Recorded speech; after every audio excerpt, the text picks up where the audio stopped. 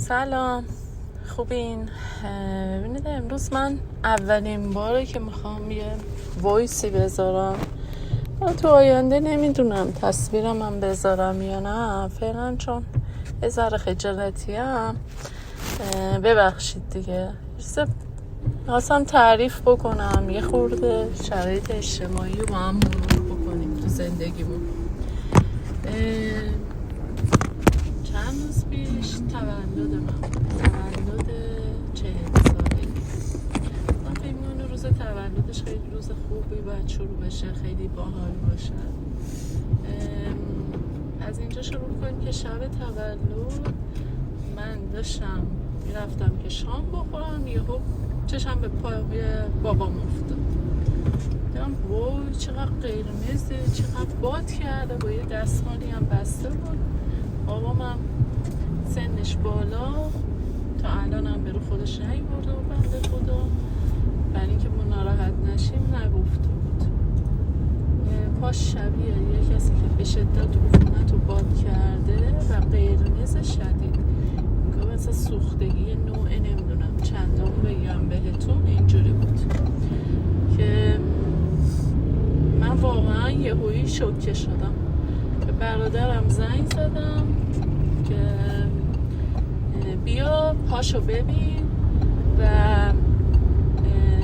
احساس میکنم که این بیماری قندی هستش و احتمالاً پاش یه مشکلی داره و نکروز شده و اینجور چیزا. حالا بابام میگفت بابا من قند ندارم، اگه زخم میشد مشخص بود، خوب نمیشد. خلاصه با کلی دعوا و جر و بحث من به بابام تهدید کردم که اگه نیایی بریم دکتر خودم زنگ میزنم اورژانس. گفتش که و قسم خوردم بابت این موضوع، چون بابای منم تمش مذهبی، خود منم البته یه بخشای تم مذهبی دارم. گفتم که پدرم دیگه چیز شد دیگه.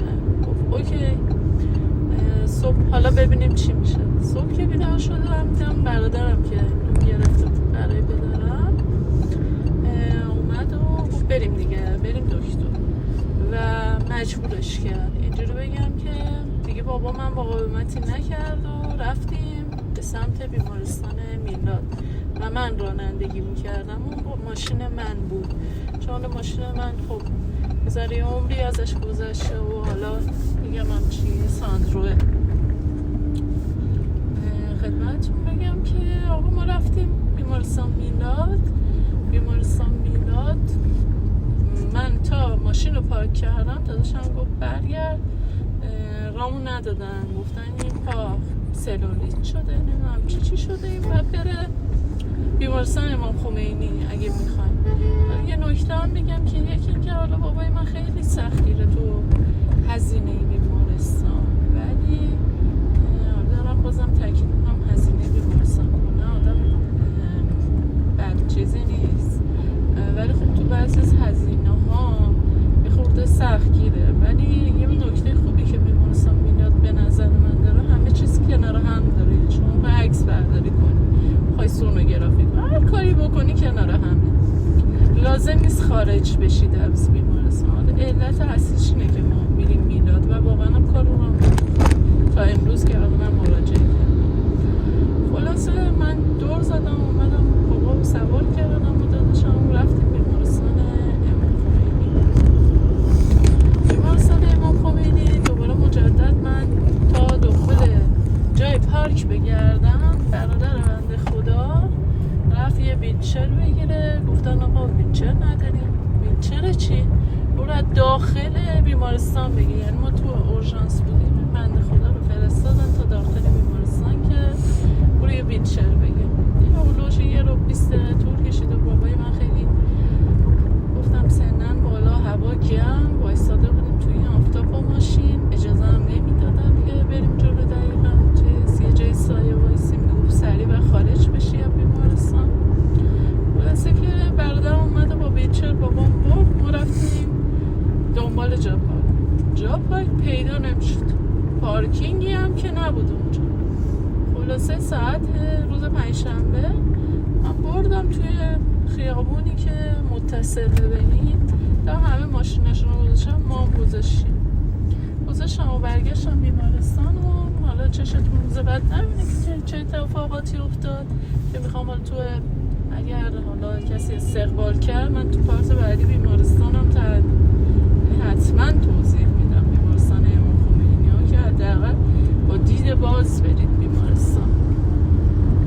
حالا 3 ساعت بهتون خدمتون میگم که 10:58 که ما رسیدیم و کارا رو شروع کردیم، ساعت 3:30 بعد از اون ما فهمیدیم که بدن من حالا باید بمونه بره تو اورژانس بخوابه تا نوبتش بشه که ببرنش تو بخش و دکتری نیومده بود، پرستار بخواب که این تقریبا باید 2 هفته بمونه و آنتی بیوتیک بگیره و اینجور چیزا.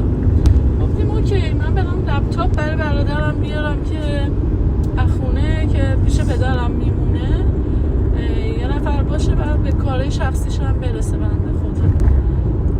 چشتون روز رد نبینه. من رفتم که ماشین رو استارت زدم دیدم بوم یه صدای بلندی هم ماشین بلند شد. وحشتناک میتونم بگم وحشتناک. من تا حالا اینقدر استرس نکشیده بودم. همون لحظه خاموشی هم زنگ زدم به برادر بزرگترم که نمیدونم چرا ماشین همچین صدایی میده و به نظر جوش آورده تو آفتابه. منم نمیدونم اگه اینقدر وحشتناکه کسی هست اونجا آقا بپرس ببین شاید تجربه داشته باشم وگرنه خاموش کن لوکیشن بزن من بیام اونجا. گفتم آره صبر کن به نظرم راه میره ولی فقط صدا میده و یه حالت جوش آوردن و آمپر و اینا رو چک کردن نه اوکیه. ما حالا افتادیم رفتیم به یه آقای موتوری رسیدیم آقا شما بلدی سر در میاری هم ماشین؟ گفت نه من سر در نمیارم ولی سرش انداخت پایین گفت ببین به نظرم اگزوزتو دزدیدن. گفتم که به نظرت من با این ماشین میتونم مسیری رو برم تا برسم تعمیرگاه و چیزی یا نه؟ گفت به نظرم اشکالی نداره برو. من رفتم رسیدم به یه امداد خودروی که لب خیابون گذاشته بود تو همون سمت مسیر نوا به بالا. آقا میشه یه ماشین ما رو نگاه کنی؟ من نمیدونم چرا یه همچین صدایی میده. اون آقایی که کنارش بود ها شروع کرد خندن که انگار تراکتور سوار شدی. خداییش رفت زیر ماشین رو یه لحظه نگاه کرد گفتش که ببین این اگزوزتو ندزدیدن این واشرت چول شده تو اگزوز اوکیه برو برس به یه دونه اگزوز سازی اینو محکمش کنم. من خلاصه بهش گفتم مطمئنی من مشکلی پیدا نمیکنم تو مسیر؟ نه خانم مشکلی پیدا نمیکنی برو تا یه ماه هم بری مشکل پیدا نمیکنی ولی خب نکن دیگه برو همین الان بده تعمیر کن. من رفتم تعمیرگاه که من نمیتونستم برم نگاه کردم خیلی شلوغه.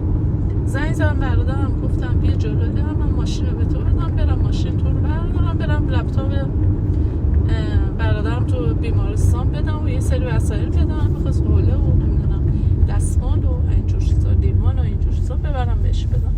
گفت اوکی. ما رفتیم دم در به ایشون دادیم و خلاصه رفتم خودم خونه تا وسایل آماده بکنم. برادرم زنگ زد گفت این ماشین رو کجا گذاشتی تو؟ گفتم والا تو خیابون گذاشتم. گفت تو نفهمیدی کاتالیزور و نمیدونم پیچ ها و همه چیز ماشین رو بردن؟ گفتم والا به خدا من اگه بدونم که چجوری بردن آخه بگو دزد بی‌ناموس با خود چی فکر کردی از یه خانم تو برداری ماشین رو بدون کاتالیزور بدون چه میدونم هر چیزی بکنی چجوری با خود فکر کردی؟ خدایی نکرده من تصادف نکنم پیچای ماشین هم خب میبرم اونم سانرو استبله. خلاصه گفتم که نمیدونم به خدا.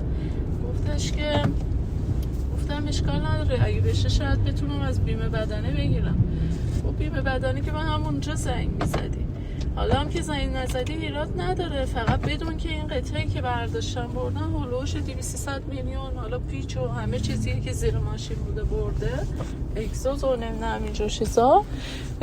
و نکته بعدی این که این قطعش نیست و این که هست مال قطعه مگان ایرانیه و 14 تومن پولشه 1.5 هم دستمزد میگیره نصبش کنه. خلاصه گفتم انجام بده. نکته اخلاقیش اینه که واقعا آقا دوست گرام، نمیدونم از روی نیاز داری این کار میکنی، از روی بدبختی، از روی هر چیزی هست. کسی که میتونه توانایی داره که پیچ باز بکنه، نمیدونم کاتالیزور باز کنه، عقلش میرسه که آقا این کاتالیزوره گرونه، انقدر تواناییش بالاه، خب لامصب دزدی چرا؟ برو یه کاری بگیر دستت. چرا واقعا فکر میکنی همه مردم از رو هوا که داراییاشون نیاوردن؟ پدر من واقعا با زحمته، من خودم با زحمت دارم در میارم. فرض بکن توی یک روز 200 خورده میلیون از ماشینم هم بیفته. زنگم زدم بعدش به 110 گفتش که خانم به همون لحظه میگفتیم. میخواستم میگه آخه تو هم که واقعا من نمیدونم به 110 چی بگم. آخه بنده خدا من میدونستم که ماشین تکون نمیدادم، مثلا خودم به این ریسکا نمیداختم، حتی پیچای زیر ماشینم طرف برداشته مثلا اون زیرش میافتاد زمین، من بعد چی کار میکنم؟ من اینا رو میدونستم که این کارا نمیکردم. بعدش من تا نرم تعمیرگاه کجا بفهمم این چه اتفاقی افتاده؟ این چه حرفیه که تو به من میزنی؟ بیکارم ماشین قطعه نوعشو درستشو بردارم بیام یه قطعه مثلا چه می‌دونم مونتاژی یا به در نخور بندازم، دیوونه که نیستم. ولی خب اون که این چیزا نکرد. ولی واقعا دوستی مفهوم داره. آخه نمیدونم یکی نداره یه کاریو میکنه، یکی تبحر نداره. آقا تو که اینا رو بلدی واسه چی دزدی؟ حالا من خیلی هم جالبه به نظرم یه تعمیرگاه بزرگ کارباش مانند همونجا بود. این واقعا دستگاه لازم داره یه همچین حرکتی. چقدر باید آدم نامرد باشه، مثلا واقعا با خودش فکر نکرد خدایی نکرده من بمیرم مثلا یه قطعه یه چیزی رو برمیداری یا آینه رو برمیداری طرف متوجه میشه، نه اینکه مثلا من راه بیفته. اگه ماشین اتفاقی دیگه ای میافتاد بعد چی کار میکنی؟ خلاصه گفتم بودم باهاتون در میون بذارم این واقعا بیمارستان امام خمینی دیگه نرید. حالا داخلش هم باید براتون تعریف کنم چه اتفاقاتی میفته. حداقل ماشینتون جایی بذارید که مثل من ناراحت این نشید که یه عمر زحمتتون رو به باد بدین. 200 میلیون هم 200 میلیون من چقدر در سال در میارم که 200 میلیون واقعا بخوام بدم به تعمیر ماشین؟ نمیدونم دیگه. امیدوارم که به قول مامان خیر نبینید. بچه گناه داشت. چرا آخه واقعا